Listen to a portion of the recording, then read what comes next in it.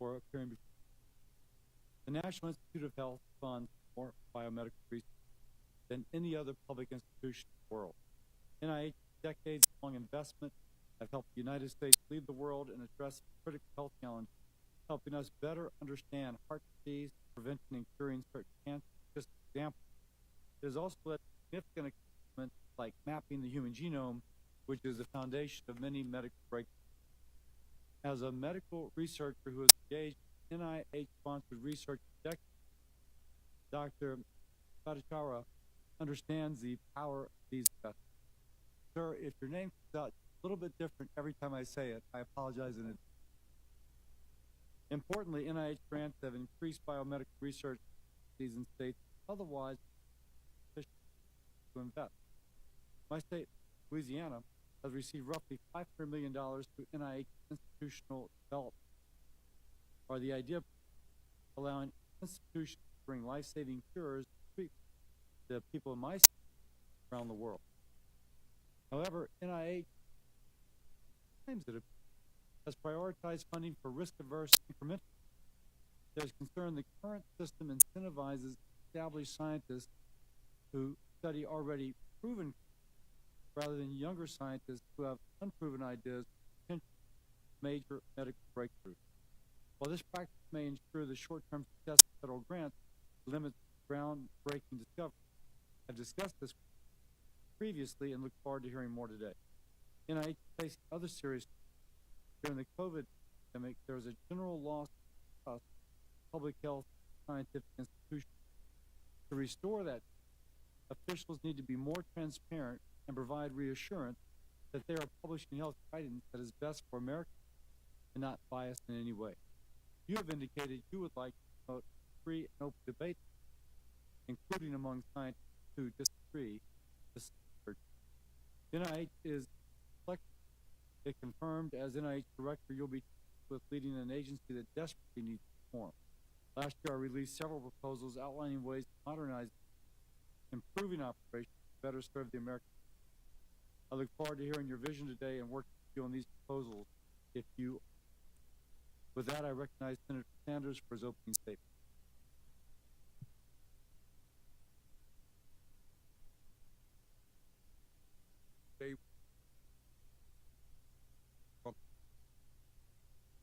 Dr. J. Bhattacharya.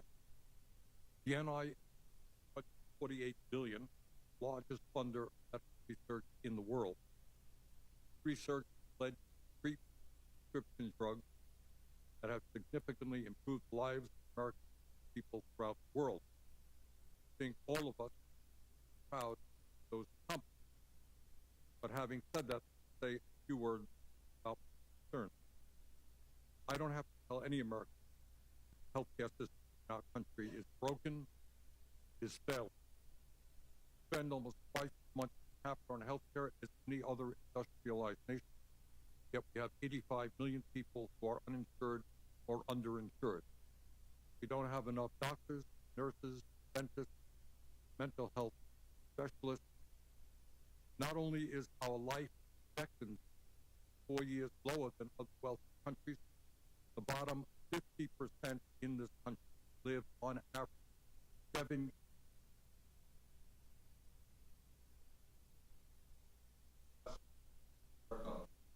with a death sentence. The rich, poor, working class 7 years. Very relevant that we are talking right now. We pay, as I think America knows, highest prices in the world. Drugs, no great secret there. In some cases, we pay more than 10 times of what our friends in Canada or Europe pay. In my view, not only has the federal government not effectively regulated the price of drugs, they have over the years provided hundreds of billions of dollars of research and development in new prescription drugs that have provided enormous benefits, financial benefits, to some of the most profitable pharmaceutical companies in the world. 2023, I had the privilege of chairing this committee, released a report that found the average price of new treatment at NIH scientists helped invent. NIH research over the past 20 years is $111,000. Virtually all cases, American taxpayers are paying far more than people in other countries for the exact same medicine that the NIH taxpayers helped develop. We developed the drug, and we end up paying 10 times more than other countries for the drug that our taxpayer dollars helped develop. For example, Stella's Pfizer charged American prostate cancer over $179,000 for Xtandi, while the exact same drug can be purchased in Japan just $18,000. We do the research, we pay for it as taxpayers, then we get ripped off by companies. In my view, we need an NIH director who is prepared to take on the breed pharmaceutical industry and use every tool at his or her disposal to substantially lower the cost of drugs. Not a new issue that people on this committee have been talking about for decades. So, with all due respect, Dr. Bhattacharya, President Trump will not be giving you that authority. I don't know what your views are on the subject. You're not going to have that authority. That authority will rest on the past several weeks. It has become abundantly that it really does not matter who the president nominates to be director of the NIH. And I don't mean to be saying that. But it doesn't matter who he nominates to be director of the NIH, Secretary of Labor, the Secretary of Education, of Food and Drug Administration. The real person in charge of all these federal agencies, Mr. Elon Musk. That will continue to be the case no matter who Senate confirms the decision. My understanding that Mr. Musk and his minions at DOJ have moved to terminate some 1,200 employees at the NIH already, 6% staff. Further, I've been told that Musk and DOJ played a major role in freezing nearly all grant money, including grants that could lead to potential cure for cancer, Alzheimer's, and other life-threatening disease.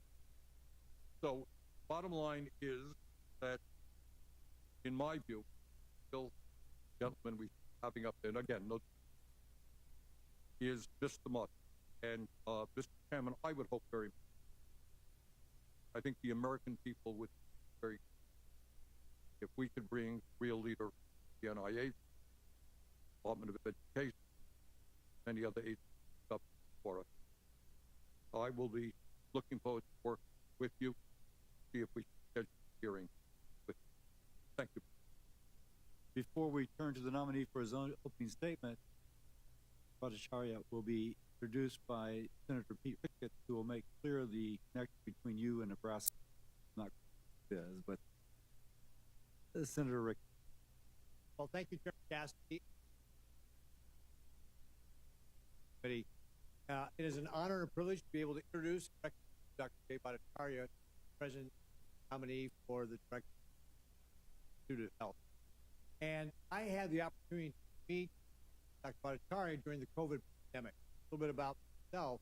I was governor of Nebraska, but prior life, I actually was a biology major undergrad, worked in bio published. For a brief moment in time, I was actually involved in World Sport. And during the COVID pandemic, obviously we didn't know a lot. So I was getting great advice from our folks. But I also reached out to talk to other Bhattacharya about how we should do the pandemic. And one of the things about Dr. Bhattacharya is he showed great intellectual courage because he offered alternative suggestions about how to do the pandemic. Now, we know now that young people are not really impacted by the virus as much as older people.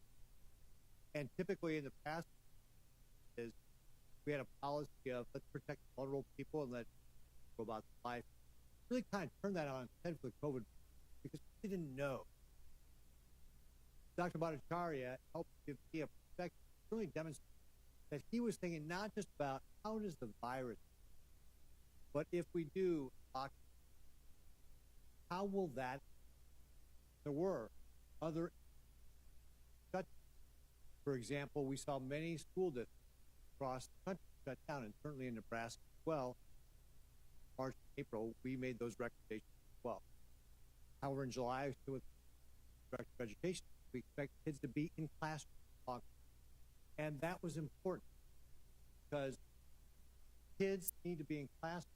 Now, one of the downsides of the pandemic is that kids learn better in the classroom, generally with their kids. So one of the results of the 2022 Nation Report Card, Nebraska scored highest in fourth test scores, 8th grade math, second overall.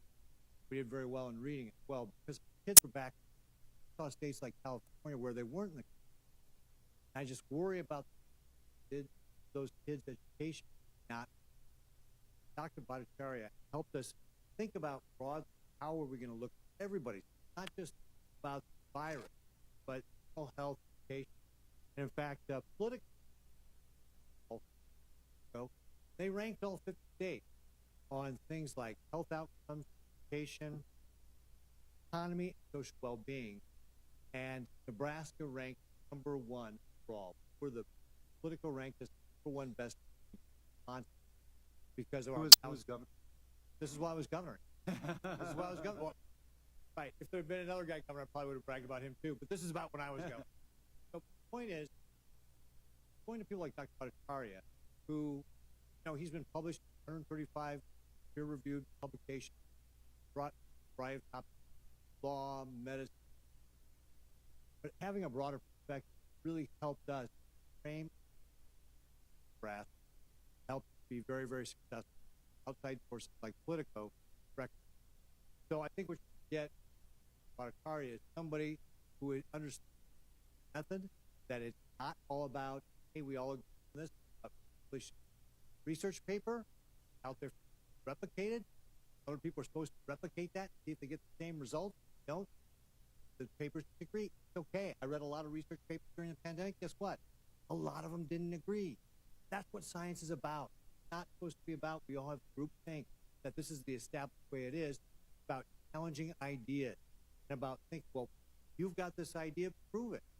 And okay, you've done this experiment. I'm going to replicate it. See if that's the way you said it. That's the way research. This is what Dr. Bhattacharya in the real world demonstrated. He had the courage. Wait a second. I know this is what the established way of thinking is, but I think there's an alternative way to look.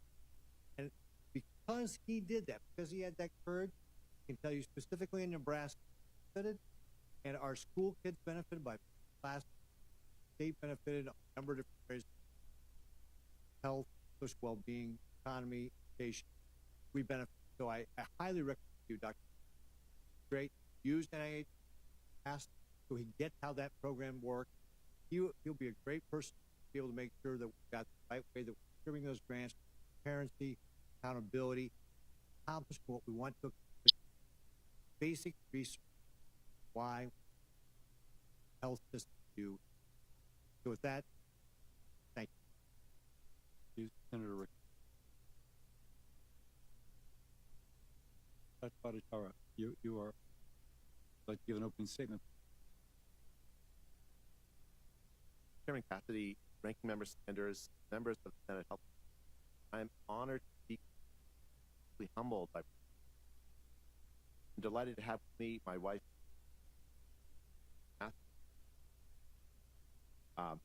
My two other adult children, Joe and Ben, today, but here we hear it. The NIH played a pivotal role in my career. I served for decades as a standing member of NIH grant committees. I helped train many trainees to prepare for scientific careers with NIH support. And I want NIH funding to study population chronic disease. I've made the study of scientific institutions, including NIH itself, a focus of my own. NIH is the crown jewel of American biomedical. The long, illustrious history supporting breakthroughs in biology. I have utmost respect for the NIH scientists and staff over the decades contributed to the NIH's mission to support scientific discovery and health and lengthen life is vital to our indeed the world. I love the post-pandemic American biomedical are they cross. November 2024 study reported that only 26% of the American public had a great deal of confidence in science. Actually, public best. 23% have not much or no confidence at all. So, how can I help NIH better? I have 5 concrete goals confirmed. First, NIH research is focused on research that solves American chronic. American health is going back. Life expectancy flatlined, while plummeted during the pandemic, and still has not bounced back to pre-pandemic levels. Chronic disease crisis is severe, with hundreds of millions of Americans, children and adults, suffering from obesity, heart disease, cancer, and more. If confirmed, I will carry out Trump Kennedy's agenda, committing the NIH to address the dire chronic health of the country's gold standard. Second, NIH-supported science should be replicable, reproducible, and generalized. Fortunately, much modern biomedical fails to face the test. The NIH itself, just last year, faced a research integrity scandal involving research on Alzheimer's, throws into question hundreds of researchers. The data generated by science is not reliable. The product of such science helps. It is no special slow progress is linked to this problem. The NIH can and must solve the crisis of scientific data reliability. My leadership. Third, if confirmed, I will establish a culture of respect, science, and over the last few years, top NIH officials oversaw a culture of cover-up, obfuscation, lack of tolerance for ideas that differ. Consent is the very essence of science. I will foster a culture where NIH leadership will actively encourage different perspectives, create an environment where scientists, including early career scientists and scientists that disagree with me, can express respectfully. Fourth, NIH must recommit to its mission to fund the most innovative biomedical research agenda possible to improve America. My plan is to ensure that the NIH invests in cutting edge in every field to make big advances rather than just small incremental progress years. Fifth, NIH must embrace, vigorously regulate risk research that has the possibility of causing. Must regulate research that has the possibility of causing. Should embrace transparency in all its operations. While the vast majority of biomedical research poses no risk of harm to research subjects or the public, the NIH must ensure that it never supports work that might cause it. If confirmed, I will work with Congress. While I believe there are real problems to be addressed, I want to finish by reiterating great respect for the work. If confirmed, I'll carry out President Trump's agenda to make public science institutions of the country worthy of trust and serve to make America healthy.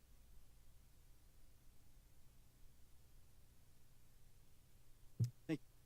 I'll start with a question. One thing that's been a real topic has been the issue of measles, vaccines, and autism.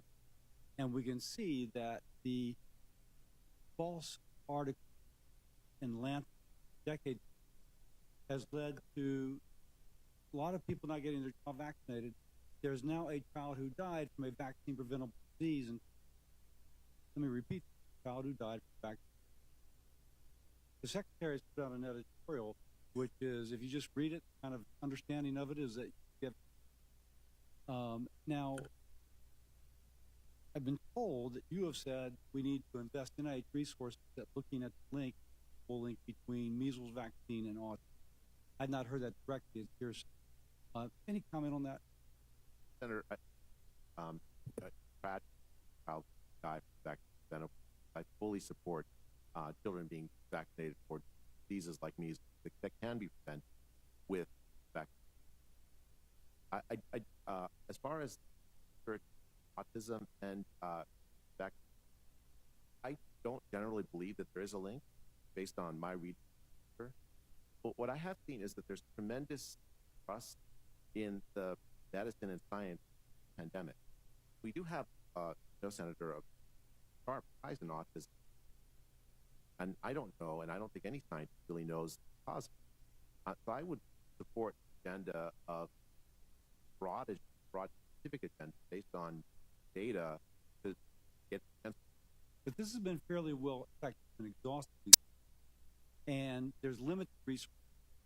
And if we keep plowing over ground that has been plowed over, knowing you can never prove a negative, and since we don't know the cause, we'll still have a. We've got a responsibility. How do we address those things that we don't know or that can ameliorate those things that are related to this crisis of chronic? My state, by the way, is terribly affected. I'm totally with you. But what I want to make sure is there's appropriate use. So again, just going back to, and did you have an idea or an agenda that would once more prove that measles vaccine is not associated with autism, either the schedule, the vaccine, or anything else associated? My concern is the more we pretend like this is an issue, the more we will have children dying. And I guess I turn it around and say, don't want to disprove a negative, but I want to address rise that we have. But I accept that. I think that's a lot of. We need to do that. That's a positive. But I'm asking a specific question. Will we once more have to go back over this particular? Because that has been exhausting. I think, as I said, I don't think that there's the reason I'm not wholeheartedly saying yes to your question, which I have the instinct of mine is to do that. That there are people who might agree with. I want to. But that's right. Yeah. I mean, there's people who disagree that the world is round, and I say that not to minimize these concerns, but people still think Elvis is alive. And so if you just say someone disagrees with me, so therefore I'm going to put precious, limited taxpayer dollars to this and not to addressing issues of cancer. We've lost. There's an opportunity cost there. You're the economist. What am I doing talking about opportunity? So I'm pressing you on this because I think that kind of is a framework. If just because somebody is upset about something, do we have the opportunity cost of devoting resources to something which has already been pretty well examined? Yes, yes, you're absolutely right. You don't need to address every idea that concern, but if those results not want back children for fact it is well tested, my sense is that my inclination is to give people good data. That's how you address it. I don't know. But I'm not quite sure at what endpoint we say we've got good. Because I'm convinced we have good data on it. But if other people don't agree with it, then they don't back children. I don't. If I'm confirmed as NIH director, the one lever I'll have to give. That's really. But that good data already exists. You're a scientist. It seems more an endorsement. The appropriate allocation of current dollars would be a better way to spend precious, limited federal dollars. I mean, I think the most important child health problems have to do with childhood diabetes, childhood obesity. I think except that we should be studying that. That's where that's the vast we have to go. Prevention of childhood diseases also I think important. All of those, you and I agree. In priorities, that's priority still. Senator Sanders. Chairman. Curry, mentioned a moment ago, in some cases we pay 10 times more for prescription drugs, same drugs. We pay something like 1 4 Americans can't afford prescription doctor, right? Why do we pay the highest price in the world for prescription drugs? What will you do if you are confirmed? I don't have a full answer to that question, but I agree with your concern. And in fact, I do pay the highest price. If I'm NIH director, if I'm confirmed as NIH director, I think there's a very specific thing that we haven't done. The NIH should fund research on off-label use, off-patent, inexpensive, I'll give you an example. It was a tremendous achievement. I think. There was a study done in the United Kingdom of cheap steroid called dexamethasone, very early in the pandemic, used during. I don't mean. I apologize. I don't have a lot. I hear what you're saying, and I'm not in disagreement with it. The question is, historically, the NIH has, as we all know, spent billions of dollars in developing important drugs. And yet, despite that taxpayer expenditure, we end up paying far more than countries. Should a company that benefits from the taxpayer dollar research, basic research, the NIH, be able to charge the price that they want, or should we attach to those contracts a reasonable pricing clause that says, hey, we help develop this drug and it's effective, you're going to have to charge a reasonable for it.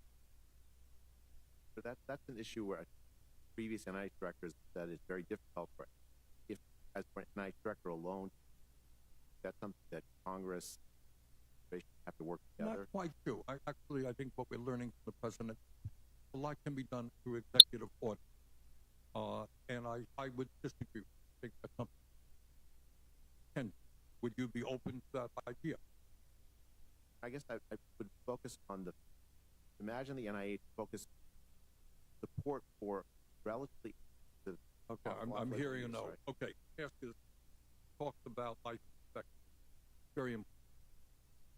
Why is it that working class people in America live 7 years shorter lives? Senator, it's chronic crisis. So why does somebody who is working class end up with more chronic disease? But Senator, that's something I've devoted my career to. I think that there's such version in life expectancy. I think the solution that NIH director, if I'm confirmed, I would fully commit to address the health problems that lead to that outcome. The rise in obesity, the rise in diabetes. Okay. Again, I apologize for interrupting. What role does the food industry out there sells a lot of crap to our children? Spends billions of dollars on advertising products that are really not healthy. What will you do? Senator, I think excellent research to try to find alternatives to make clear the link to the junk food that kids eat and subsequent health outcomes. Convince parents, I hope, to make better choices for their kids, to help them make better choices. I think the role of research is to elucidate those, give people tools. You're going to have, if you confirm, a fully published. Would you support what a number of countries around the world are doing, saying to the food industry they cannot do TV advertising for unhealthy food? I mean, if I'm confirmed, I would really advocate for give parents tools they need so that their kids. Answering the question sounds like a good politician. There are TV ads as we speak, telling kids to tell their mother that they desperately need some food, which is really. There are countries that say that those ads should not be allowed to talk to kids. You support those of us who agree? There's a move to encourage advertisers to not push healthy foods. I certainly would, willing as. But you could lead that move. Not be. Will you help lead? I mean, absolutely. We want to make America. I don't know specifically how one would lead such a move, but I would be willing to work with Senator. Thank you very much. Senator Paul. Senator Sanders, I'm right off. Probably you could transform health more in our country with one policy. That would be removing junk food, sugared drinks, chips, Twinkies, ding dongs from foods. We have an epidemic of obesity, particularly among our poor, particularly among those food stamps. Why not just take food, take healthy food? We do this for WIC. We decided for pregnant too. But I've had a bill out for quite some time. I have no one from the other side of the aisle.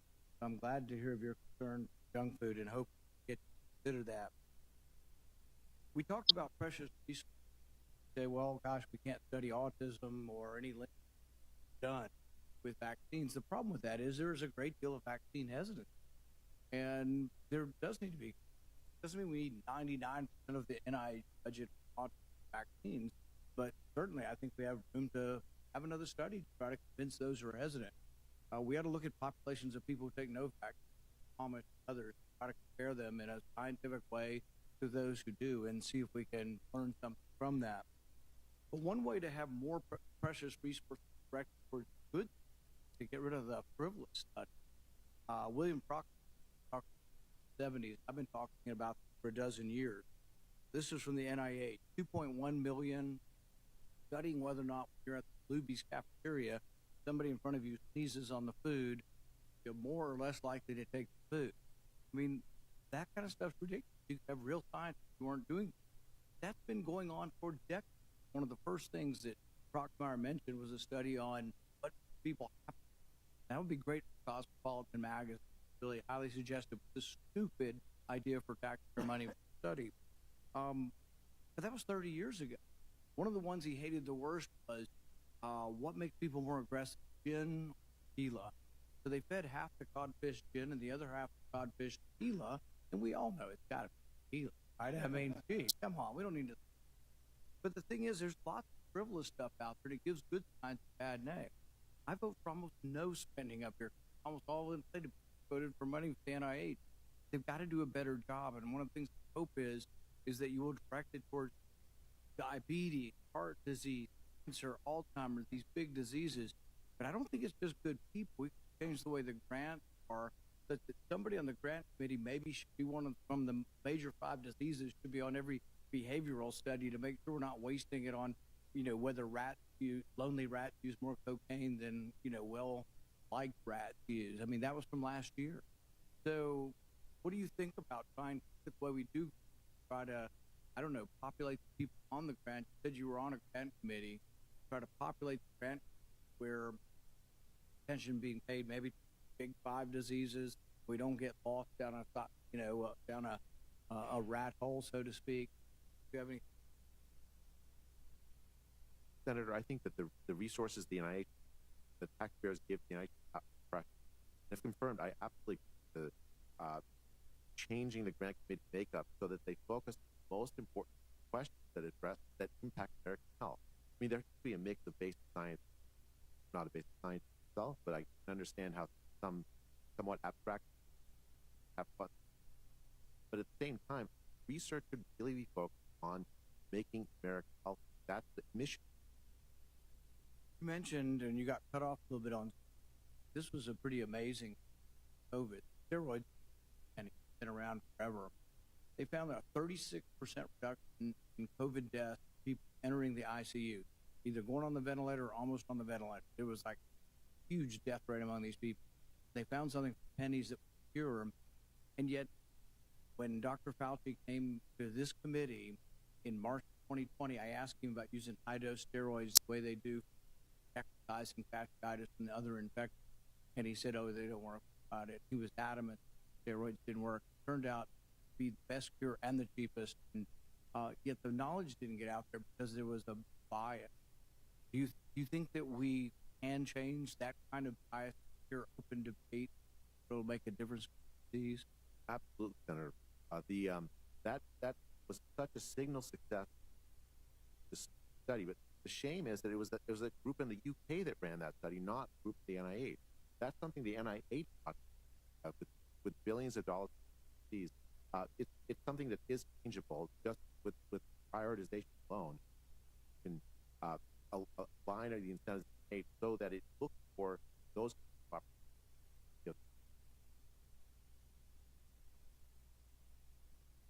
Senator Murray.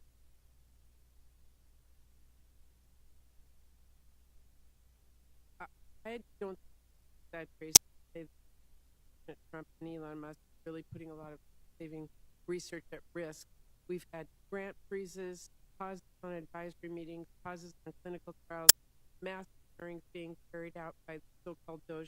It is really threatening our ability to treat childhood cancer, to mitigate the effects of Alzheimer's disease and other forms of dementia, and to better understand and treat women's health issues.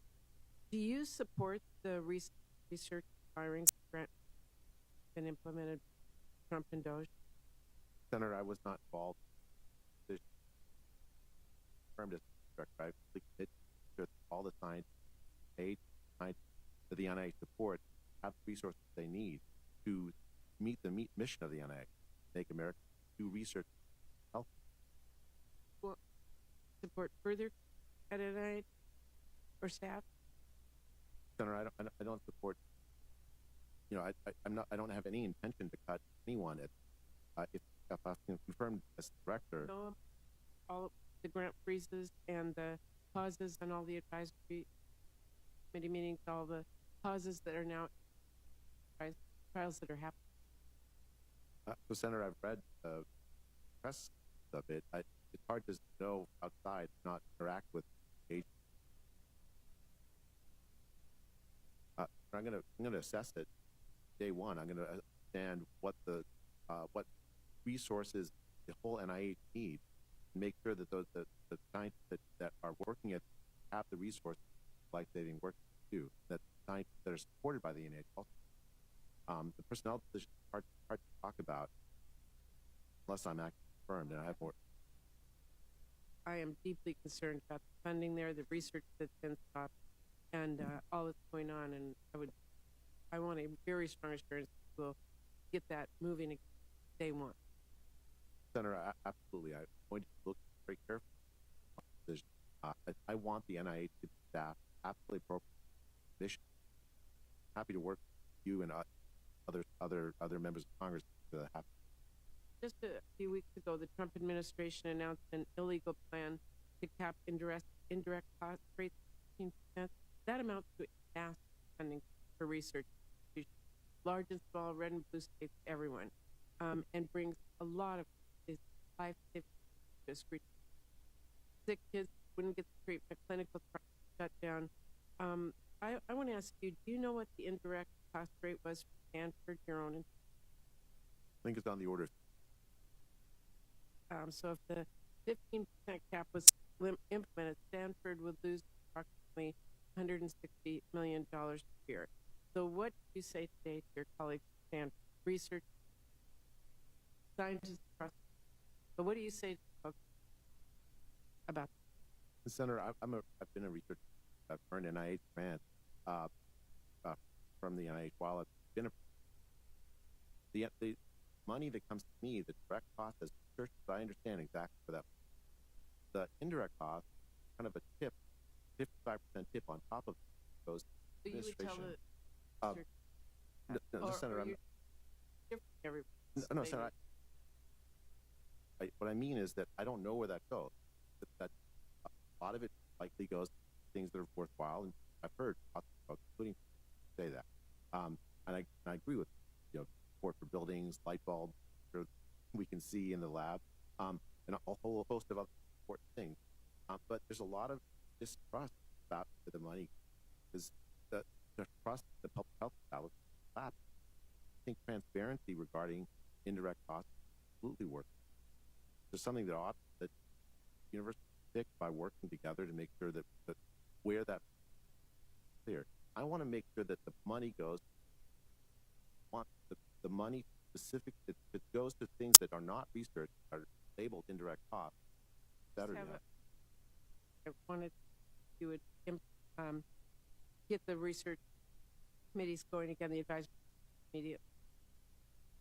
Yeah, as soon as if I'm confirmed, I want those. All that to go. We should all recognize that NIH is the largest medical researcher in the world. There is a global leader. We're extremely proud of. Nearly a third of all the Nobel Prizes today to support science and supported by funds. So we have moving forward extremely dramatic firings, stopping of.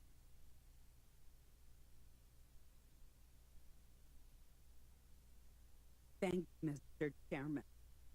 Dr. Welcome. I very much enjoyed our wide range discussion in my office. I'm going to follow up about indirect. As I indicated to you, I am strongly opposed to the administration's ill-conceived and completely arbitrary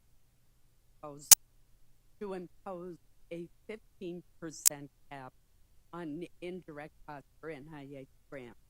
Research labs, universities across the state of have contacted me to describe the devastating impact that this cap would have on life-saving and life-enhancing biomedical research, on ongoing clinical trials, and on main research related.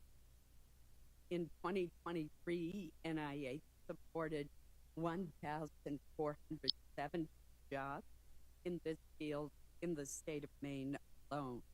I think it's important that we all acknowledge that a one-size-fits-all approach makes absolutely no sense. And that is why NIH negotiates with individual grant recipients what the indirect cost cap should be. And it's legitimate to say that we should take another look at that. Are we doing for Stanford versus Jackson Laboratories for the University of Maine? Those are legitimate questions. But to impose this arbitrary cap makes no sense at all. Furthermore, and I really stress this is against the law. Since 2017, we have had language in the labor HHS appropriation bill that specifically prohibits the indirect cost formula from being, and yet that, but without discretion or,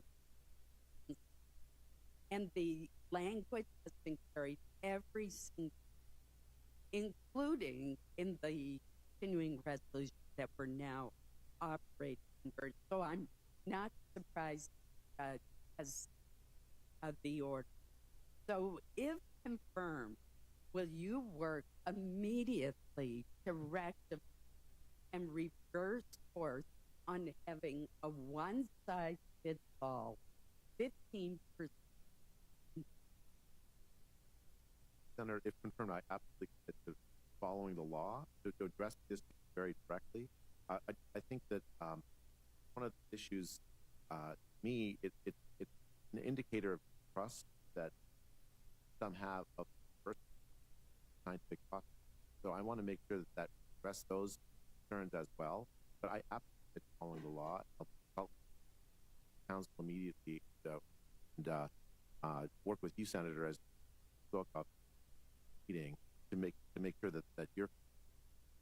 Thank you. You testified that NIH should focus on research involving chronic, and I agree that we should do a lot in this area.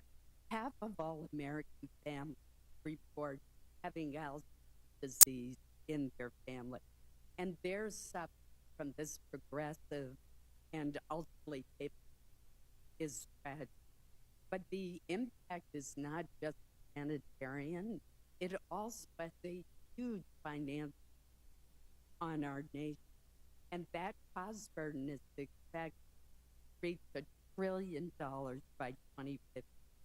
For more than 12 years, Congress supported a national strategic plan to look at ways for research to come up with the means of prevention, effective treatment, and ultimately a cure. I co-authored this, as we call it, in 2011, and last year with my colleague Warner led the reauthorization national plan through 2035. If you're confirmed, will you continue to support the national targeting Alzheimer's? Absolutely, Senator. For me, it's not just a theoretical issue, although I have studied my research work. I believe there are very promising ways to prevent Alzheimer's, not support, including colleagues of mine at first, because they have aligned with single dominant narrative about what caused it. I want to expand the set of things to look at so that they can should have think much more of the investments we've made. I want to make sure that all the get addressed. I think it's vitally important. I'll say not but also. That's the rest of my question. Senator Ball. I begin by discussing called thousands of NIH grants and billions of dollars NIH research funding. So canceled study sections and importantly advisory council meetings mean that NIH cannot award grants to fund critical methods.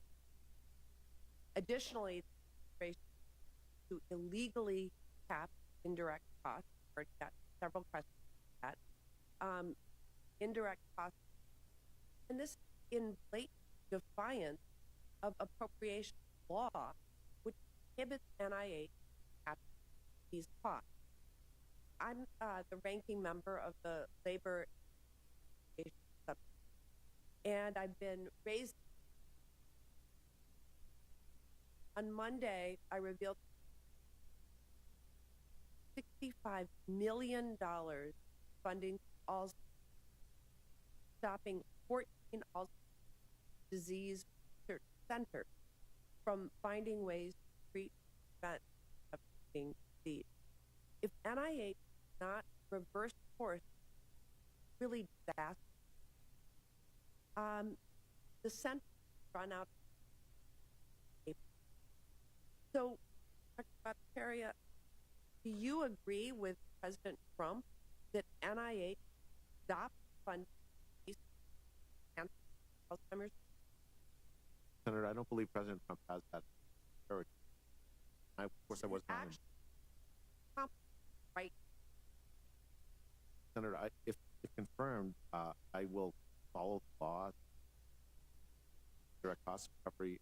My commitment is to make sure that every single researcher at the NIH, single researcher supported by NIH, has the resources they need to do their work.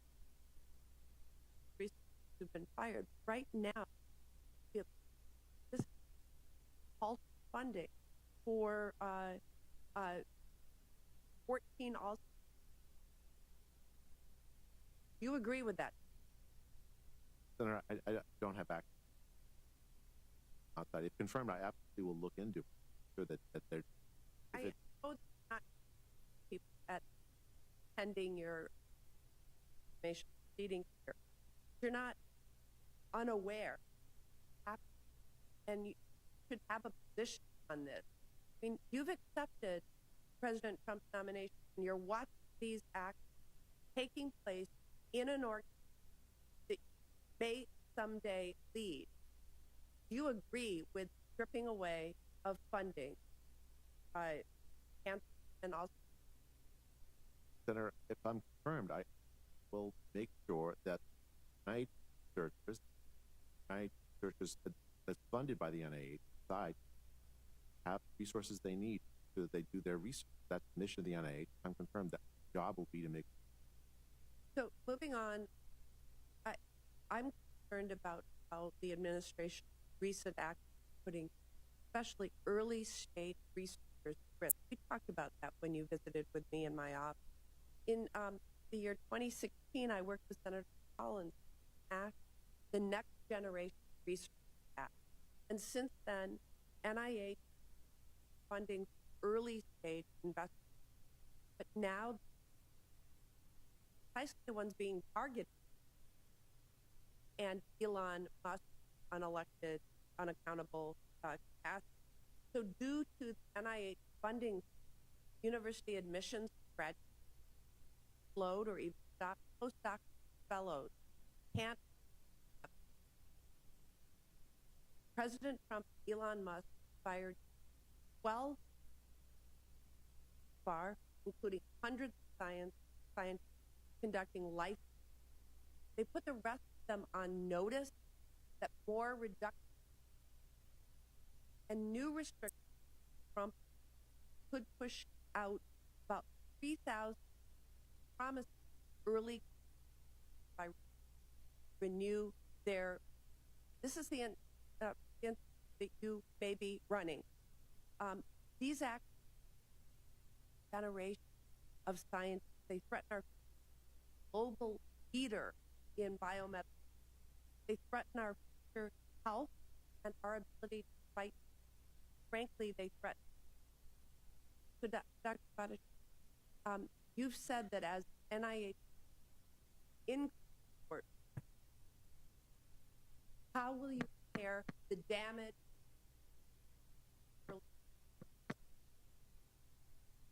Please answer quickly. No. Very, very briefly, I'm very committed to making sure early career research have resources. I think that not just for their own, so they have ideas that are cutting edge. So you'll hire that. Senator, I wasn't involved to date. I will look very carefully at the technology. Thank you. And for the record, funding has not been canceled. The meeting to allocate funding has been delayed, but just for the record. Senator Marshall. Well, thank you, Mr. Chairman. As I listen to the conversation today, I'm reminded that we all should doubt our own infallibility. And we should doubt the infallibility of the NIH as well.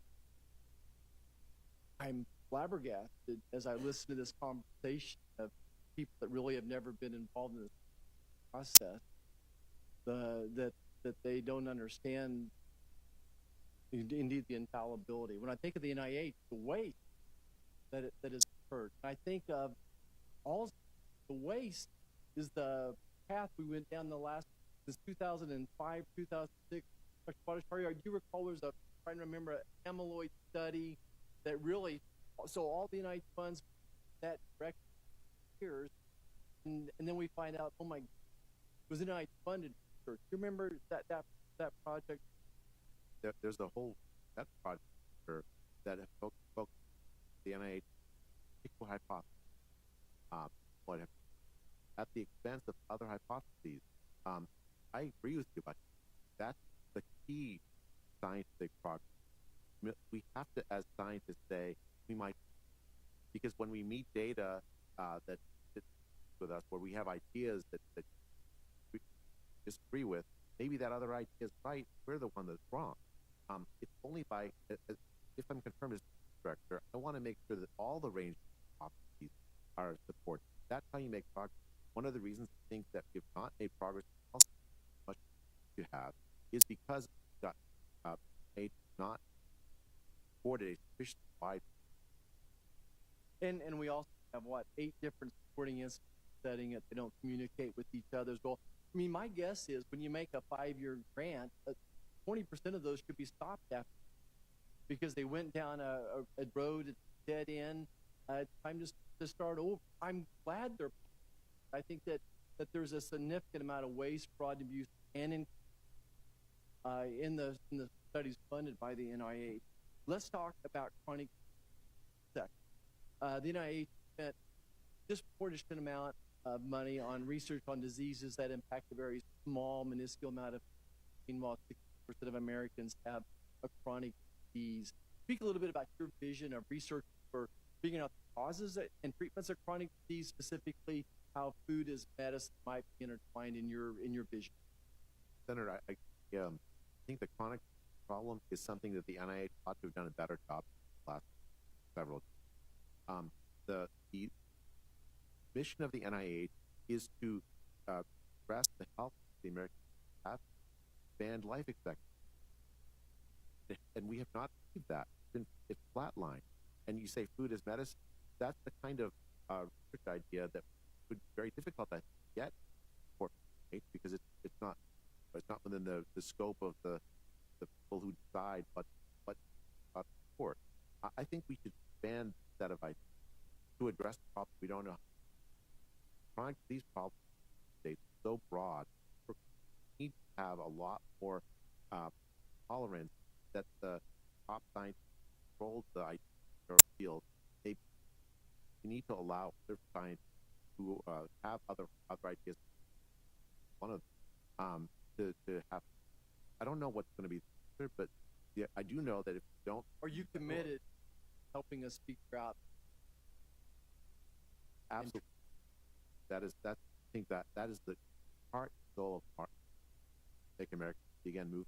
Millions and millions of Americans look to us to do that, and I'm concerned by Yeah, and a big part of that is that thanks to Dr. Fauci, no one trusts the AHC anymore, and we need a reference to try to say, well, what is the latest science? Science is never settled; it's always changed. But what is it in ultra-processed food that's causing this uptick in chronic?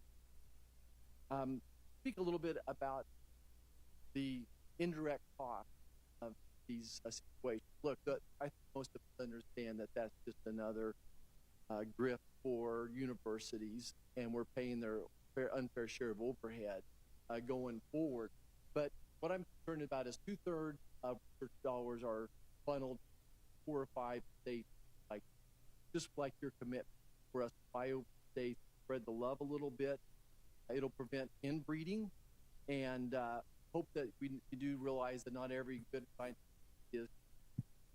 Senator, I have science colleagues across the hear your concern that the NIH ought to be more committed than it has, making sure that every scientist, no matter where they are, living in California, the north border, get applicants, supporting the IDEAS program that the NIH uses to identify scientists. And just to make an exclamation point, the indirect costs of Kansas University or Kansas State are going to be less than the coast. I don't know why. It's their own problem. If their indirect costs are that high, it's their own problem. Well, we can do the research more efficiently, less expensive at Kansas State University or KU, then let's move it there. Thank you, Dr. Senator. Thank you, Senator Cassidy. Good morning, and welcome. Congratulations on your nomination, Doctor. I'm going to start out, which is, if directed by the president to take action that would break the law, would you follow the law or would you follow the direction? Senator, I don't believe the president will ever ask. Well, that strains credulity, especially the last few weeks. Disappointing answer. I will follow whether the president directs you to break it. Now, let me go to the second question. President Trump has effectively frozen NIH funding for existing grants, including grants that directly treat people with rare disease. My office has heard from Christine in Brentwood, New Hampshire, who is receiving treatment for colon cancer through an NIH-funded clinical trial, but now no longer knows the fate of her care because these freezes have delayed doctors who might be needing to hire new research assistants to the trial. This colon cancer trial may not have the research staff that they need to continue treating patients. If confirmed, will you commit to reversing the across-the-board funding freeze at NIH that have delayed life-saving? First, I absolutely law in response to previous, but I also say on the question now, absolutely, I think that if I'm confirmed as director, I want to make sure that every single study that is advancing America, the health, our knowledge about health, including forward. Well, the freeze is really delaying things, and it can have an impact, on treatment, especially treatment of cancer, which can be very dangerous. That's the harm that these illegal freezes by this administration have really put into play. And I hope you will speak up loudly, clearly, and push back the president and Mr. Musk on these freezes. These were appropriated funds. Article 1 of the Constitution, and the law says that the administration is supposed to be spending those in accord with the grant, the clinical trial plan. President Trump has not only effectively frozen NIH funding for existing clinical trials, he's also stopped review of new grant applications to help develop the cures for pediatric cancer. Your written testimony focuses heavily on questioning research, but you don't lay out a plan for supporting research by our scientists across the country to help treat devastating diseases. You've talked about this with some of my colleagues, but if confirmed, will you immediately restart all NIH academic review committees and get all appropriated money out the door? Confirmed, absolutely. My job would be to make sure that those fundamental scientific meetings, activities, the purpose of the NIH director is for the mission aid. Okay, thank you. I'm going to forego the other question I was going to say this. For people watching, for parents who are worried about autism in particular, let me just say a couple of things. We see more cases of autism in this country than we used to for a number of, part of which is much better at diagnosing it earlier and understanding what the spectrum of it. We have ongoing science that is beginning to point at the NIH, among other places, to genetic issues that may play a part in the development of autism and environmental. The now retracted study that suggested wrongly, fraudulently, that autism might have a relationship to the MMR vaccine has been refuted by 7 studies every month that involve hundreds of thousands of children. So for parents out there who may think that vaccines have something to do with autism, there is no scientific evidence that it, and it disappoints me greatly that neither you nor the Secretary now of Health and Human Services are willing to say that declaratively and strongly, because what you do when you hesitate, what the Secretary does quite cynically in my opinion, when he hesitates, is you turn and sow doubt and worry at a time when we should be focused on actually finding the cure, the cause of the cure of autism. And similarly, when we talk about the causes of chronic disease in our kids, there is plenty of evidence. You've talked about working class folks in America have worse health than richer people. And yet you are about to join an administration that is dedicated to giving more tax cuts to billionaires and taking away things from families, money and services from families that could help them live healthier, better lives, and have children less subjected to things like hunger and housing insecurity, which contribute to chronic illness. So I hope you will think about that. I am over my time, and I think Senator Tuberville is.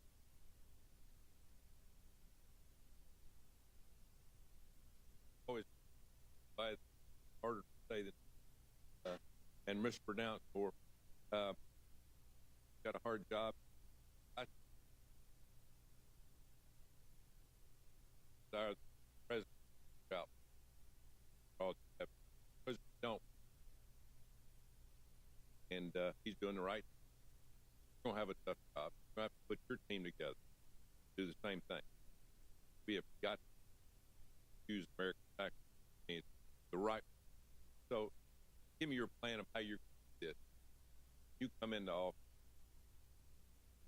you're going to put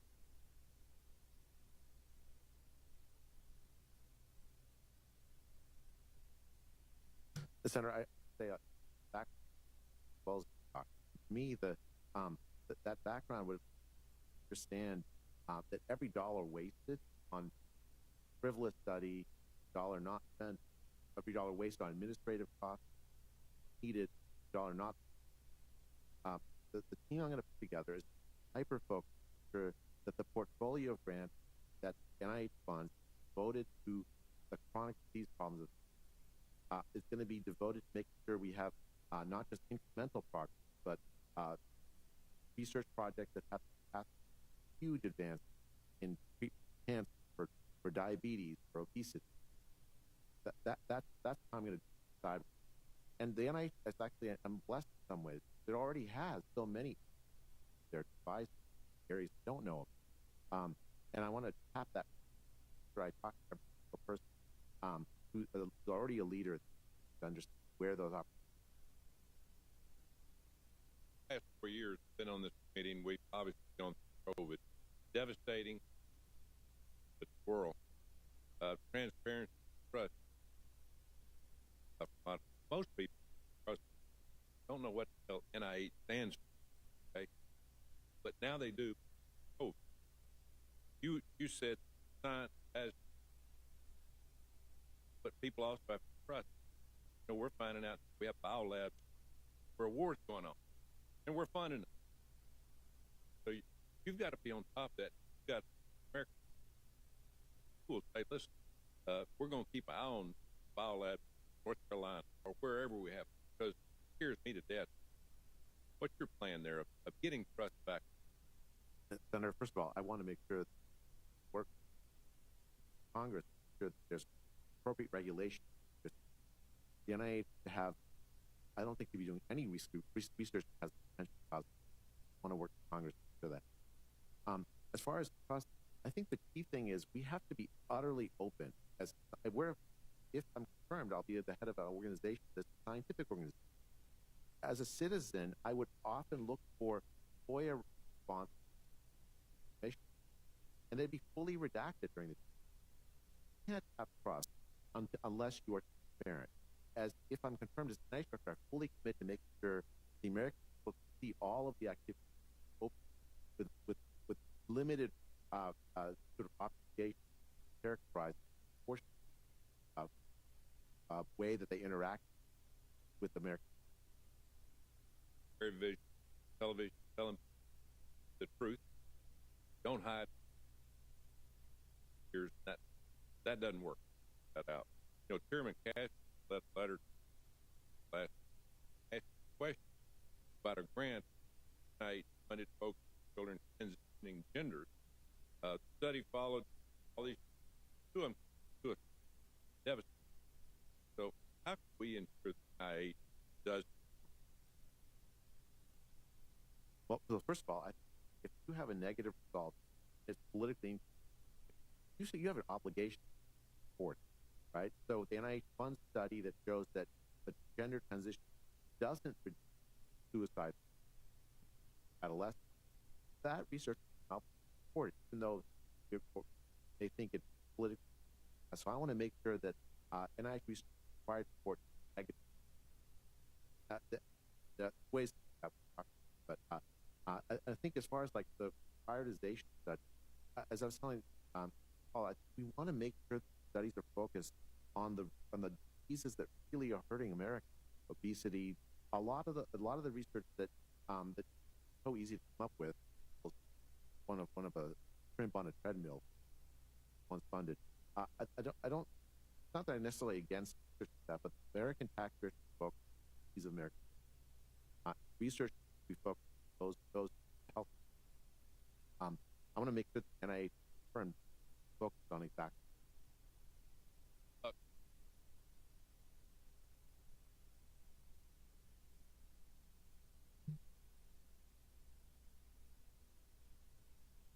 Hit it off. Thank you for all your service.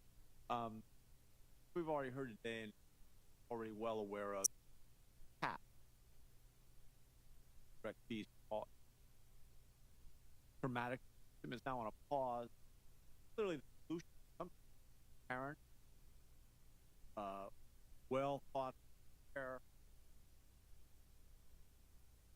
Center of the country, south, north, west, is all in level.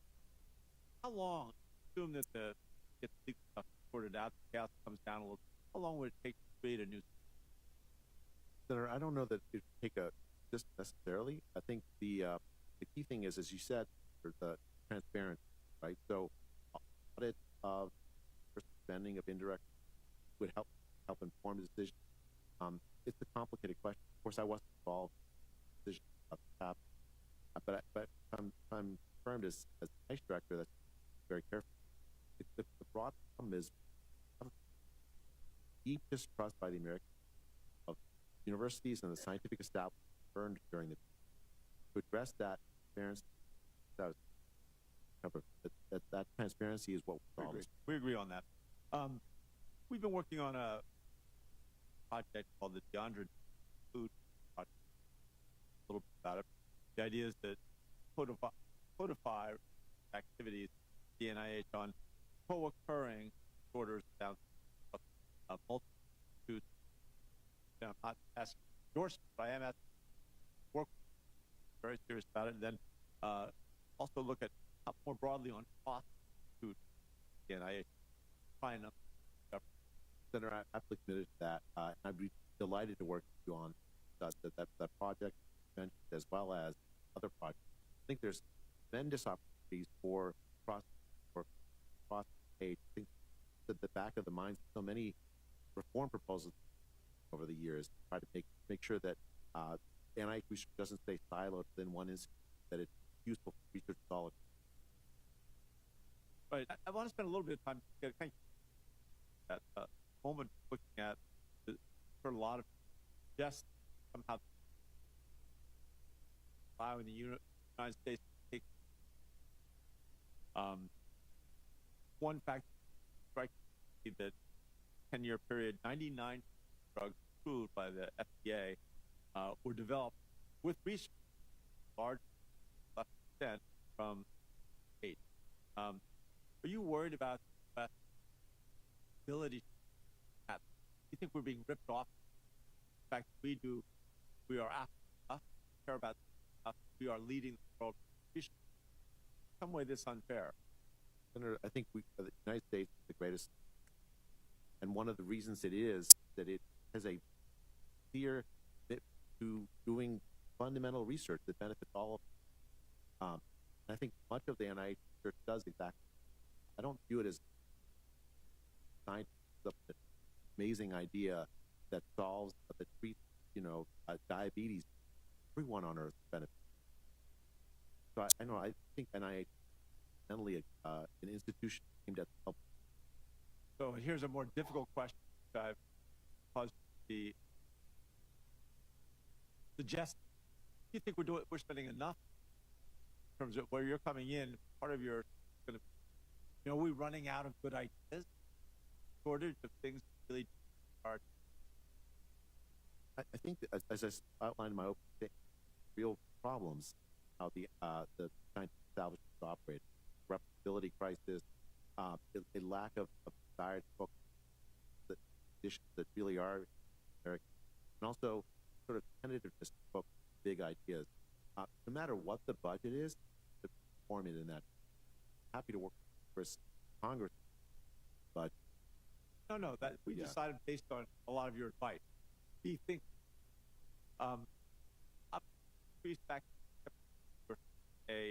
just the past school year, the number of garden kids that are exempted for one or more routine vaccinations has continued to rise, highest level reported.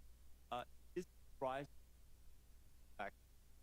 Is that going to make vaccine-related research that it's less of a priority? And affirmed how you balance research, chronic that.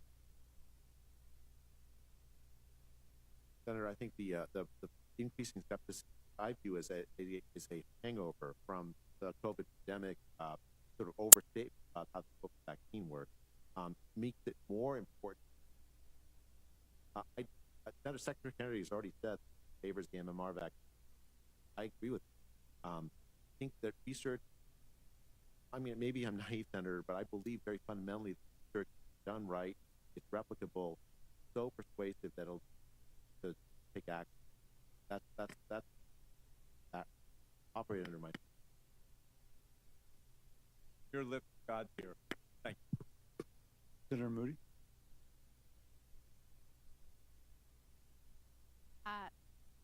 I am the most junior member on recently transitioned from my role as the great U.S. Senator.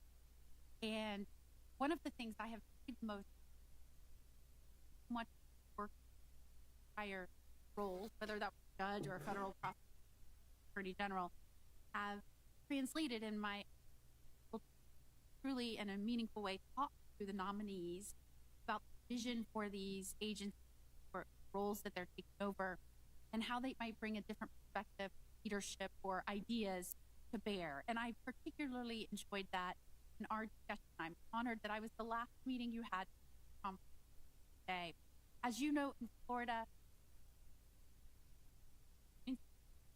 my state, Florida, took a very deliberate, science, very thorough approach to making decisions. Tried to bear many varying opinions as not only what we were experiencing with the virus, but what was best about decisions and by leadership, protect health, safety, welfare of citizens. And to some extent, many of them were challenged, even the kind in the nation, truly examining all aspects of information coming in, not just what was being pushed. And in many respects, many ideas and thoughts, scientific approaches were suppressed. And I want to talk to you a little bit about that, because I know you have an of how we led members. We opened our schools right back up right away, sued by a teacher. And everything from how we dealt with masks, the vaccine, there were misrepresentations abound. And so I want to talk to you about how your opinion on how Florida handled that, how you that might translate role. Do you feel like your scientists might have guarded, set aside of some government narrative that may not? I know even as 6 foot, for example, my office led a jury investigation on all kinds of misrepresentations, 6 foot rule to vaccines, and I just wanted to get your thoughts on that, how that affects your role forward. Senator, thank you for that question. I am immensely proud to be called advisor the Florida response. One of the things I was actually involved in the case resulted in Florida kids go back to school. So even as my kids were left out of school, not allowed to go back to school buildings, the kids of Florida were allowed. The results are so much better. Florida has lower all-cause health. So I think Florida's response to tremendous success. I'm really glad you highlighted the role of censorship, strict scientific discussion. It was so fresh that you allowed my scientific in Florida. I think the root problem, the pandemic is a very difficult thing. There's so many people in an environment of uncertainty. The root problem was that people who had all ideas pressed. I personally was subject to censorship by the actions of the Biden administration. Science, to succeed, needs free. He's in an environment where there's tolerance for, and the reason I think why Florida did so well provided outlet so that the government of Florida, the state of Florida, can adopt the best idea for it. You know, it's not that no mistakes that have any in a pandemic, but in order to do well, you have to allow people to open, even when the ideas are. What best there, I believe, is taking publications or studies and having those replication of studies be a priority. Publishing, not that. Can you elaborate? Sure, Senator. There's so many studies are not well, but do a study and then someone else tries to do the study, cooperate and give data, try to do the replicate. Then other teams try to do it, and they replicate. Many studies are published. No, it's not subject to replication at all. But replication is the heart and soul of what truth is. I write a study. You find the same answer. I'm more like right. I want to make NIH committed to that approach rather than authority. So sorry, Sorry, Senator. Mr. Yeah. Chair. Senator Kim. Doctor, thanks for coming on.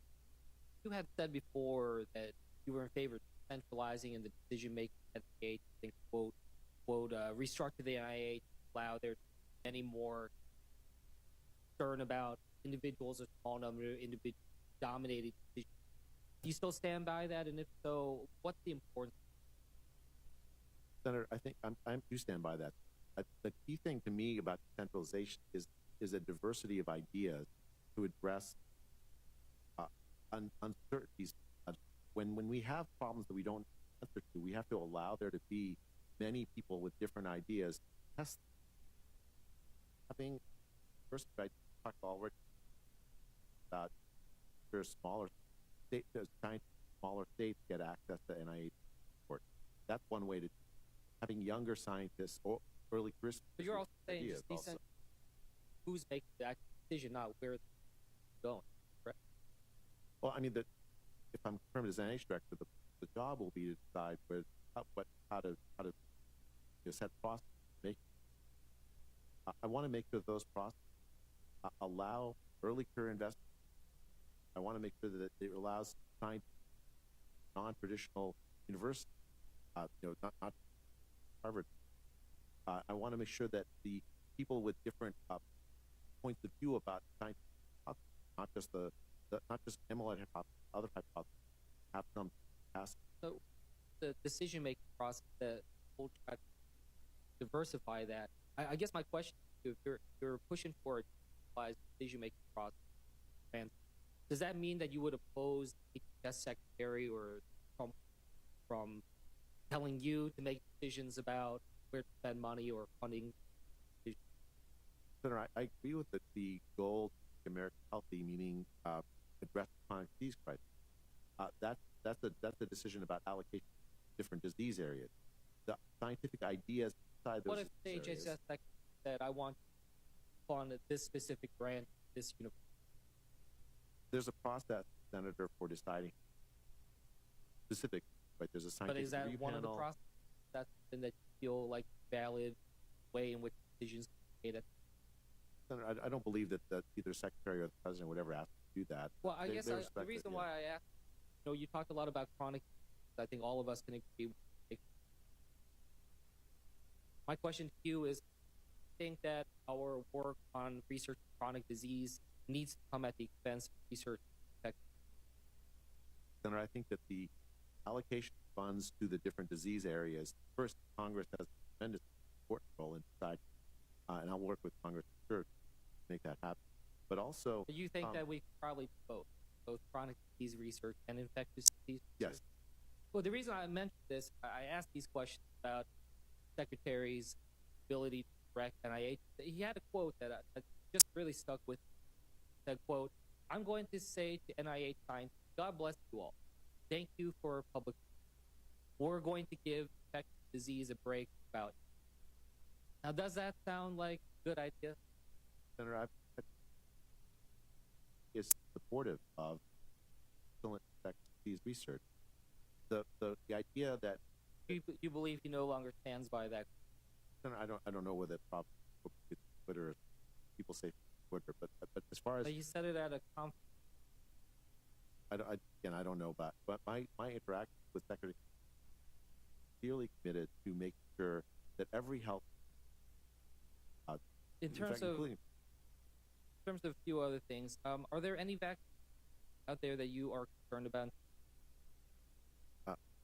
Senator, I was concerned about the COVID vaccine young men caused myocarditis. And do you have a view on long COVID? Senator, I think it's a problem that affects millions of Americans. Is this something worth NIH funding? Yes. You had a quote before that I was concerned about. You said, quote, "There are more pressing health for the $1.1 billion that NIH will spend on COVID." That's still stand by that quote? Senator, I think that the funds that have been spent to date on long COVID have not provided answers to patients. I think that they deserve answers. We need to do a better job with funds spent so that it actually better diagnostic, better stores, better.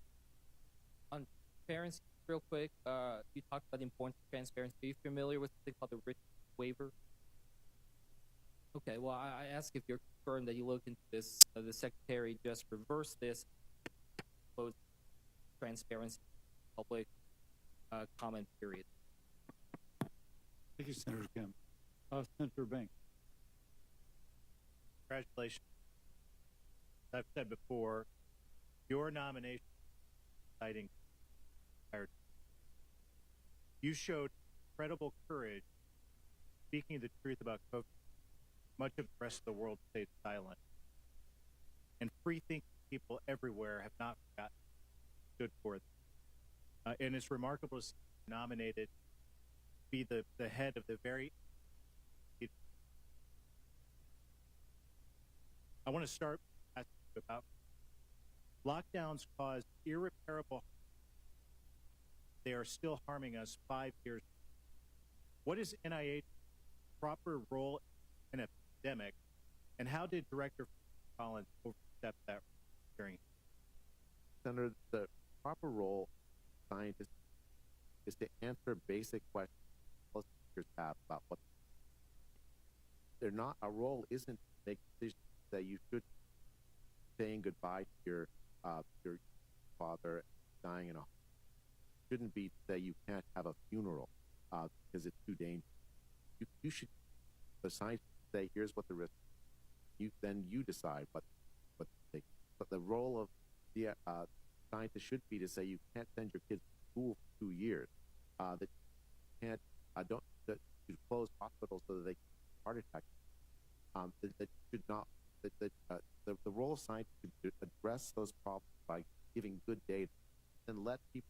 Science should be an engine for freedom, knowledge and freedom, not something where it stands up society and says you must this, or else.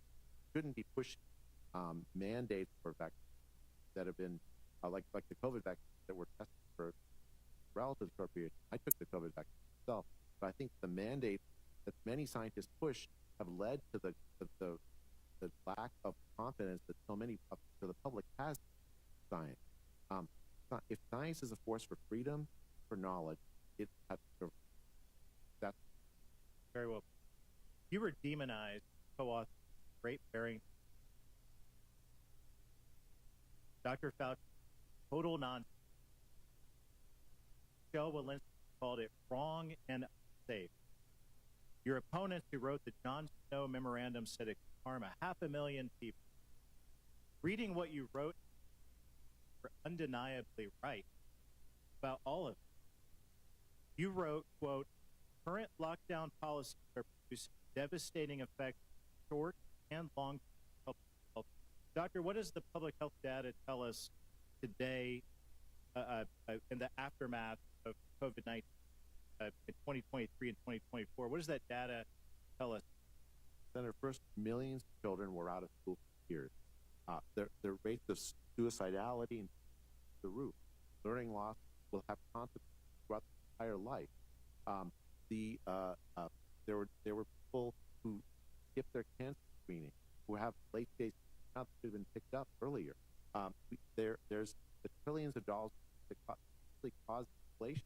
So, the UN early in the pandemic estimated almost 100 million people would face starvation as a consequence of economic dislocation caused by the lockdown.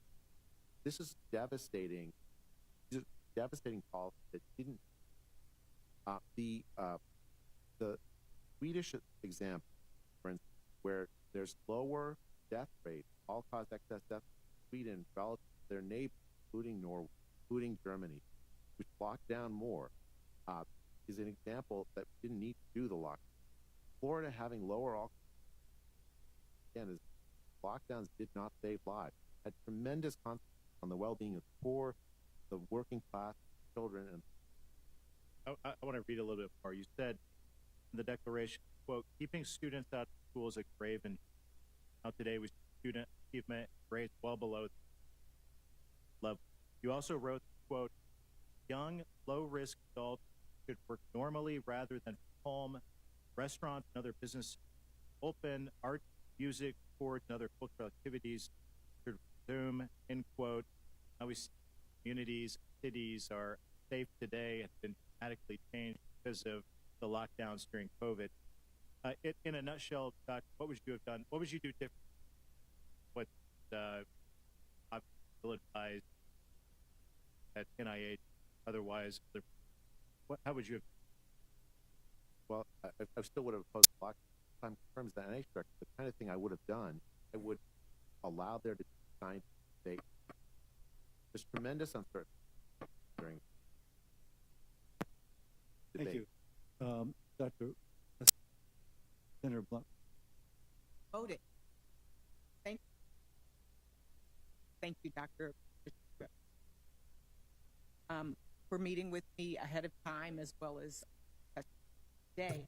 I want to echo some of the concerns that my colleague shared about the risk to the entire NIH research enterprise. One, the concern about the reported 12 individuals who were fired, including scientists. We talked about this, or being able to recruit even and retain this kind of talent. Two, the blanket and illegal 50% cap indirect costs of research institutions, even in a bipartisan way that was said in this hearing. The funding and patient freeze cuts in programs for training for future generations of scientists, and the fear that supporting diverse trials will no longer be a priority cause serious and alarm. And to understand that, I think you can look no further than the issue of Alzheimer's disease. As we all know, Alzheimer's is a debilitating and costly disease, affecting nearly 7 million Americans and costing $360 billion in 2024. But this doesn't include the cost of care that's provided by 11 million individuals. And it really doesn't touch the toll that it takes on the individual and their families. I don't think there's anybody who hasn't been impacted by it, whether it's even my mother, my grandmother. Some of the most important work that NIH has been doing is on the disparities in cognitive age. Do you think the administration's executive orders and the nation's aging research project is harmful or helpful to improving our understanding of? Well, Senator, first say I'm fully committed, as is this administration, I believe, making sure that all the health, no matter what their race, color, sex, if the goal of the NIH, mission of the NIH, so for instance, the representation of minorities in trials is something that I'm fully, there's nothing in the president's executive orders to contradict that. In fact, quite the opposite. I think the challenge, they're vague, and people are questioning what do they mean, what are the impacts. Even the fact that these programs that can cancel or delayed include the Maximizing Access Research Careers Program, training, support pre and post-doctoral scholars, NIH Intramural Program, the 2025 NIH Summer Internship Program, the Advanced Diversity and Aging Research Program, and then the firing of 10% of the staff at Alzheimer's and related dementia. That's what causes concern because we're thinking about the type of those individuals that are going to work in this area. So can you help me to just understand how getting rid of these programs is going to improve our understanding of Alzheimer's prevention and treatment? And what safeguards do you put in place to ensure that changes don't occur by any gender, race, disability, ethnic group, or other vulnerable communities? Well, Senator, first, as you know, I wasn't involved in decision-making during the point. If I'm confirmed, I will look at those, look to make sure that those programs and other programs that are appropriate will continue. I want to make sure that every single scientist at the NIH that's doing this kind of life-saving, including on all, especially, and also scientists supported by NIH-funded research have the resources they need, committed to making sure that NIH funds spent to address their. Reality is individuals with Down syndrome have staggering 90% of acquiring Alzheimer's in their lifetime. Black and Hispanic individuals are more likely to develop Alzheimer's in a life. Women are twice as likely as men. And so I have some questions that potentially have to commit for the record, but will you commit to ensuring that researchers specifically studying health disparities and working to increase clinical trial diversity will not be targeted or based on their work? Senator, I commit to making sure that researchers that are addressing health disorder population, basically every American, will have support. A lot of folks are using code words and selecting out, whether it's grant, they're doing targeting, sweet word searches. Will you also commit that you will not do that? Senator, I guess I'm not sure what you mean by targeting code words, but I'll say that I believe very committed my life to address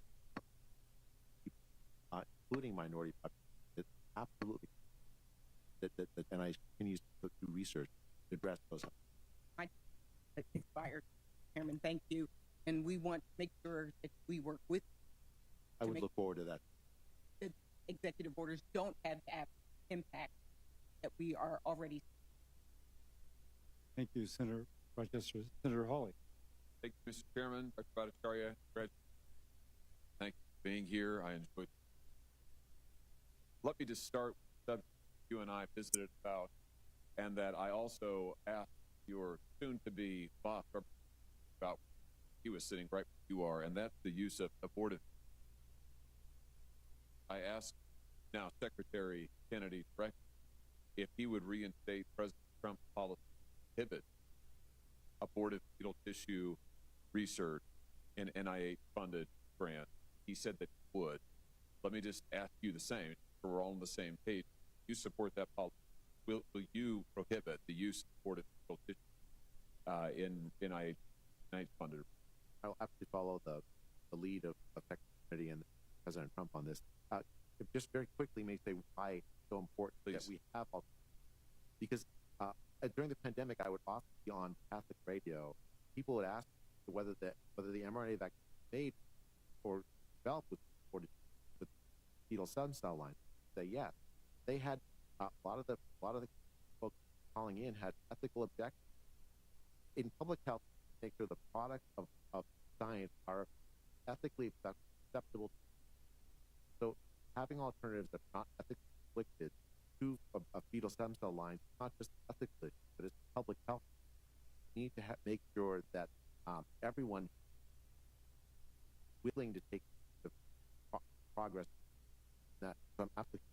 Very good. Thank you very much. And I think it's not only an issue of moral principle, although it is important moral principle in the first instance, but it is also a public health issue. We think about millions who are understandably very concerned about the components, if you will, of these palliative vaccines, and we want them to be able to access this. So thank you for making that point. Let me ask you about something else that your soon-to-be boss, Secretary Kennedy, has said recently. That he's talked about his concerns that NIH works to advance some instances big pharma's bought rather than health people. And he recently wrote in the Wall Street Journal that wants to propose stopping NIH funding going from research with a big pharma company. Can you comment on that? Do you support that effort? Comment on the importance, sure, that what we're doing with our NIH funding is prioritizing health in America, not the profit. I think the transparency, interest, fundamental trust, absolutely committed to making sure that transparency is the center of the work supported by them. I also commit, Senator, to earlier to supporting research on products that are already that don't necessarily have a drug behind it, but have potentially enormous benefit for treating chronic diseases, preventing chronic disease. I think the NIH ought to be doing research in support of the public, not just parochial research support. Fantastic. I think that's so important. Restoring sense of credibility and trust that people frankly have lost in much of our public scientific apparatus because of financial conflict, just because of the problem of pharma, but also because you and I discussed as well what happened during. And I just want to ask you about that remaining moment here. I had the opportunity to question the author, or one of the co-authors of the now infamous proxy origin, Dr. Robert Gary, individual who I had the opportunity to question. He wrote that paper on March 17th, 2020. You probably remember, Doctor, this is the paper that infamously stated, and I'm going to quote it, that the SARS-CoV-2 is not a laboratory drug or a manipulated virus. Under question by me, Dr. Gary admitted he actually had no knowledge at the time. He wrote that in March of 2020. He had no evidence to suggest that was the case. This was, in fact, a piece of pure propaganda. He has since had many of his product drawn from peer-reviewed journals because it hasn't followed appropriate peer-reviewed standards. This effort, this propaganda effort, and that paper, as you remember, was used as the basis of government directorship, those in the scientific community, like yourself, to millions of ordinary Americans. The net effect of this was a tremendous loss by the American people in the NIH, public health officials. You and I discussed vital importance of restoring some of that credibility. Talk to us about how you see going about that. Senator, that episode is full. Top officials of the NIH abuse their position to hide support for research that may have caused them. I commit to making sure that all of the activities of the NIH, not forward, are transparent, open. That's vitally important for the future of the NIH. Thank you, Senator Hawley. Senator Alsobrook. Good morning, Dr. Watt. You know, you've had great experience at NIH, and so it goes without saying that NIH is a crown jewel, not only in the state of Maryland, which happens to be my state, but it's a crown jewel for our country, where we have many, many talented scientists there. That brings me to a quick line of questions I have want to sound the alarm. Very dangerous things are happening to scientists at NIH right now. And I want to ask whether you believe that it is appropriate, and you mentioned a moment ago about the concept of knowledge freedom for science, whether you believe it is appropriate under any to retaliate against scientists, medical research, based on the research they have done. Do you believe? No, Senator, I've been subject to that myself. I know what it's like, subject to devastating taken by top officials, the NIH. I will never. I absolutely commit to making sure that free to respect, especially those. We even said we've spoken out against the culture of conformity and have criticized institutions that you allege destroy reputations of scientists who do not conform viewpoint. I believe that is what is happening right now at NIH. In fact, your soon-to-be boss, Mr. Kennedy, I questioned him about whether or not supplement his judgment that of scientists. He said he intended to replace bad scientists with good. Is this your viewpoint? Well, Senator, I think that scientists. I don't know what the nature of that conversation, but I think that the way that you decide what is good in bad science by data, by replication, absolutely committed to making sure that those processes are in place. That you agree we should never been fired a peer scientist because of his peer review. Senator, I think retaliation, conflict that characterizes discussion among scientists, that comes from the top of the scientific institution. Commit to making sure. In fact, one of the 5 things I emphasize that we have allow a culture of dissent, respectful conversation about scientific rooted in data. I just want to ask you about one other concern. It is no secret. This feels absolutely triggered. Any mention of equality, any mention of inclusion, and the president himself, in his own words, essentially said America tends to erase any reference. Having said that, I'd like to refer to a study that you co-authored called Persistent Racial Disparity in Survival Following Heart Transplantation. Ask the website, because I understand there are some watch that have been created, whether you believe that on the basis of this study, should that work be placed on DEI watch as reference racial? Senator, I'm not aware of watch. I don't intend to implement this. I will say this, that the health needs of minority population in this country are a vital priority for me. In fact, health of every single American is a vital priority. I want to make sure the research that does rest, and I don't see anything in the press orders that predict that. In fact, quite the contrary. What I've heard from the Secretary and President, let's make America healthy, all Americans. No, I don't want to be naive.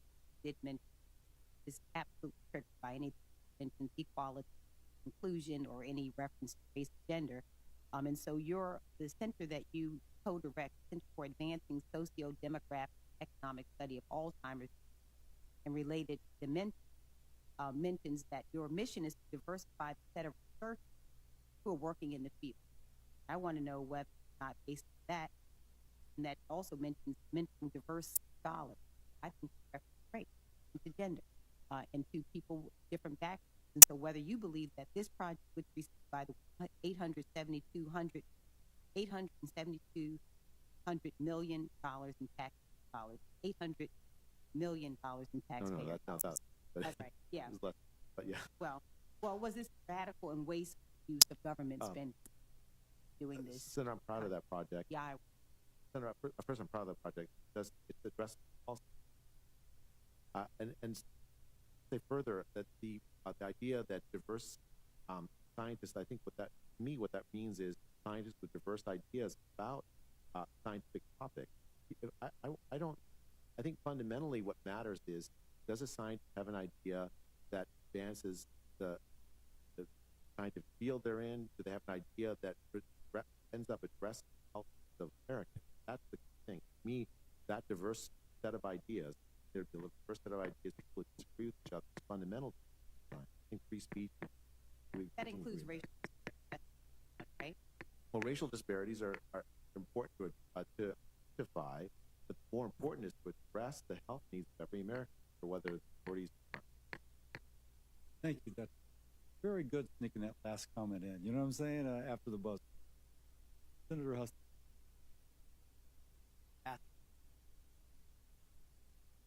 Although one who grew up watching is fun. That's the real thrill for me whenever I hear that. This your nomination, frankly,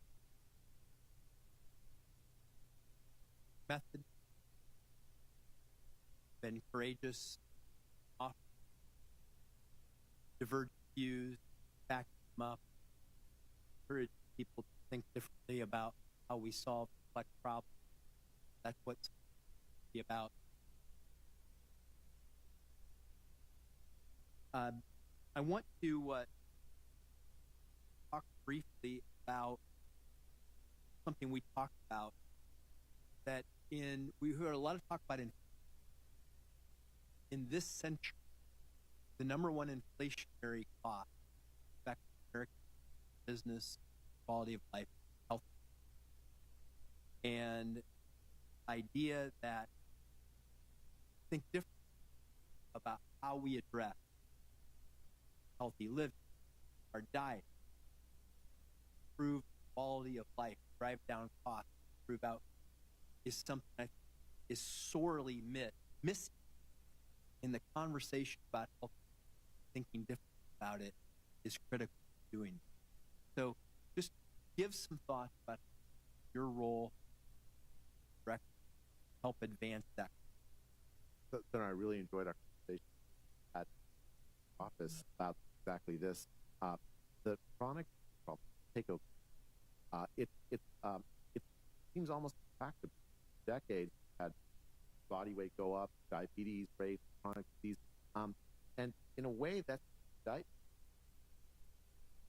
goal of the NIH is to make healthy. That's have the research health. I think I want to make sure that we allow a broad set of ideas to address, because the set of ideas we've had so far actually address continue to get worse. Fundamentally, to me, this is an element of faith, I guess. I believe that if we allow science to have lots of different ideas, that we will be able. But if we say, okay, only a few scientists with their ideas are allowed to support, with the narrowest, like one school of thought, we're not. I don't have the answer how to solve. If I did, I would have already published. But I want to make sure that science that does out there has support if their ideas predict what the top science. Well, Kennedy, and I know this goes across agencies, agriculture, health, human services, but it is tremendous cost to the taxpayer, quality of life, competitiveness, all of the sustainability of our federal budget. So I just encourage creative thinking and collaboration. I want to mention lots of conversation these days with grants, talking about containing costs, how we do research, but make sure that we're putting more lead on the target of that research rather than administrative costs. So in Ohio, we have a number of universities, clinics, hospitals, so forth, involved. I really believe many institutions who are willing to work with, sharpening their pencil, getting better, forcing change in how these grants are used, distributed, focused on the research to be done, and just give some thought, if you would, about how we can advance those conversations. Senator, I think the universities are part, not opponent. I do think that there's a lot of distrust epidemic of surprise also. The way to address distrust, applicant work with you and with others to make sure that we can restore that trust by establishing where did the administrative costs go? That's a question. And establishing the right rate, that's going to become confirmed. That's I'll look very carefully.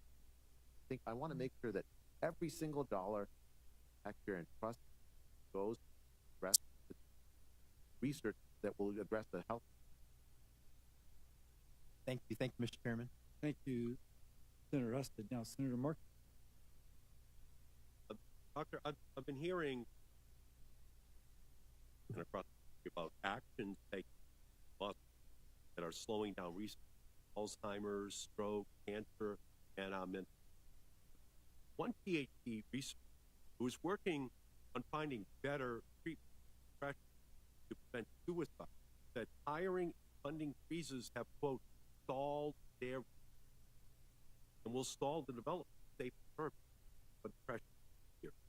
Massachusetts doctor, mentor for biomedical researchers, says that Trump's executive orders must go dominion are leading us to face, quote, an enormous brain drain. There is little confidence that these institutions will be able to function normally. This doctor is thinking about leaving the country, which would mean the United States ground fight to lead the world biomedical innovation. A cancer researcher at the University of Massachusetts said the Trump administration cut NIH will, quote, send progress in curing human brain. A professor of medicine and science working on improving care for Americans with dementia had their grant due meeting with NIH abruptly canceled without any plans scheduled because this funding freezes. Will delay research by several months at least, and inconsistent funding will mean layoffs, services that improve care at nursing. And just this week, I received copies of letters sent to researchers who received funding from the NIH to study Alzheimer's and improving support for caregivers and study how to improve mental health care in primary care. The letters terminated funding for these, stating, quote, the premise of the grant is incompatible with NIH priorities because the study explicitly included LGBTQ people. And without this funding, grant recipients will now be forced to stop to address the mental health crisis, Alzheimer's. People have committed their lives, will lose their job. By unanimous consent, I submit these letters for the Chairman. Without objection. Doctor, in your testimony, you stated that you want to encourage free dissent among scientists. Spirit of speech and dissent, will you commit here today to object to any decision made by Donald Trump that would slow or stop life?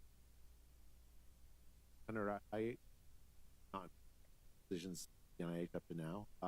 if I'm confirmed, my commitment is to make sure that all the scientists at the NIH, all the scientists funding have the resources they need to do their life-saving Will you research. object if it slow stop? Senator, my interactions with the, Secretary Kennedy and President Trump, they suggest that they don't want to slow research. They want to speed it up. So will you object if that becomes evident? There's slowing. But I have to say, I don't believe that they do that. They're committed Will to you innovation. commit here today to reinstating funding to scientists whose funding has been terminated because their research does not align with MAGA ideology? Senator, I don't believe that ideology ought to determine whether one gets.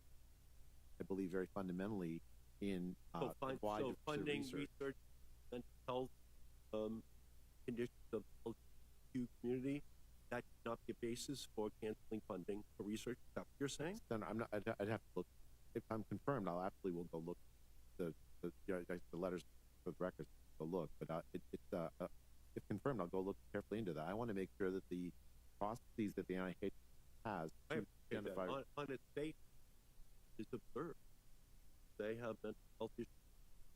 So will you commit here today to do everything in your power to stand up for the American life-saving research, the fate of the Trump on scientific freedom? Senator, I think I absolutely commit to supporting the research that don't agree with the Senator that President Trump is opposed to. In fact, quite the opposite. He is quite in favor of health. Fundamentally, the research that we do. I'm being told by the researchers that they can't even hire their new because to a brilliant career because they won't fund. So it's just the opposite. Trump freezing, scaring, frightening whole next scientists who believe the funding won't be there. Thank you. Thank you. Just a follow-up and then a closing statement. Again, thank you for being here. You said something I'm trying to square. First, with patients, and you have spoken about proving that, particularly for younger investigators. By the way, I think your face have a look. So thank you for thinking creative. And you've also correctly said we need to be putting more money into cutting edge research, which may fail at the cutting edge. But what's the alternative? But I don't. So what I'm square with that is the dollars for validation. With all the kind of caveats you put, you'd have to have the full cooperation of the person who studies being validated, and you'd have to have the same circumstances and the same genetic makeup, same this and that, this. So it seems like the validation push would put more pressure on both the cutting edge research priority and the young investigators finding it easier to get, knowing that you've thought about these. Senator, I think of that validation work as central to doing good. Like any portfolio that doesn't that kind of validation built to it is not live. Do cutting edge research, not valid. So what is the difference between doing the validation research and kind of what you have criticized that we sometimes do the same thing over and over? Well, the difference is that validation for particular results in science. I published a study, get the same result. Incremental science is you propose a study that is like epsilon away from what already do. Now, inherently, if epsilon away fails, falls into question the original premise. But it's much easier to be certain that about research that's epsilon away from here to work versus like big ideas, different directions might be big. Any research portfolio has to have lots of different approaches. I think the key to me is making sure that early career researchers, research ideas about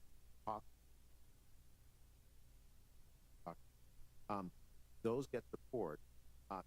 that are in the portfolio. Some of those fail, some of those succeed. The ones that succeed take a big advantage. I don't think that the validation is just a check. Is the research that I did, does you all find this? That tends not to be important. I think that's a mistake. Scientists ought to support that. They ought to support that. That way, the entire research portfolio as a whole is because you know that valid. I don't object to the validation research. It does seem it's going to be attention. I'll look forward to you. Senator, I look forward to working. That'll be great. Let me just conclude. The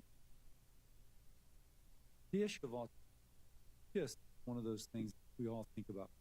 I want to note that last year Congress reauthorized the Autism Cares Act, and Senator Collins and the Health Committee were those that did that, and the law coordinates the federal autism research and is implemented by NIH. And so I look forward to working. But one thing that continues to concern me, because I've listened, there's an opportunity. If we continue to plow the barren ground of something which has already been validated multiple times, that there is not a connection between vaccination and autism. We don't have the money to go after the real thing. And you said something which just bing, bing, bing, bing, bing, I just thought was so good, that you have faith that a well-done research that provides answers will be convincing. Well, we've already had that for the patient. What we need is the well-done research finding the true reason for autism. And that's what the hope is for the people with autism. And if we're pissing away money over here, that's that less money that we have to go after the reason. You're an as well as an MD. You know that. So I look forward to, the opportunity cost of wasting money on one more thing that's been proven exhaustive, denying the opportunity to find the real reason would be a thief for everyone who has to deal with it, which is. Senator, I share that passion you have for finding the real, the cause. But that's where the vast ought to go. We want answers. Parents want answers. Kids are suffering, and the NIH ought to doing the research. That's the most important. Yes. Well, thank you again for being here.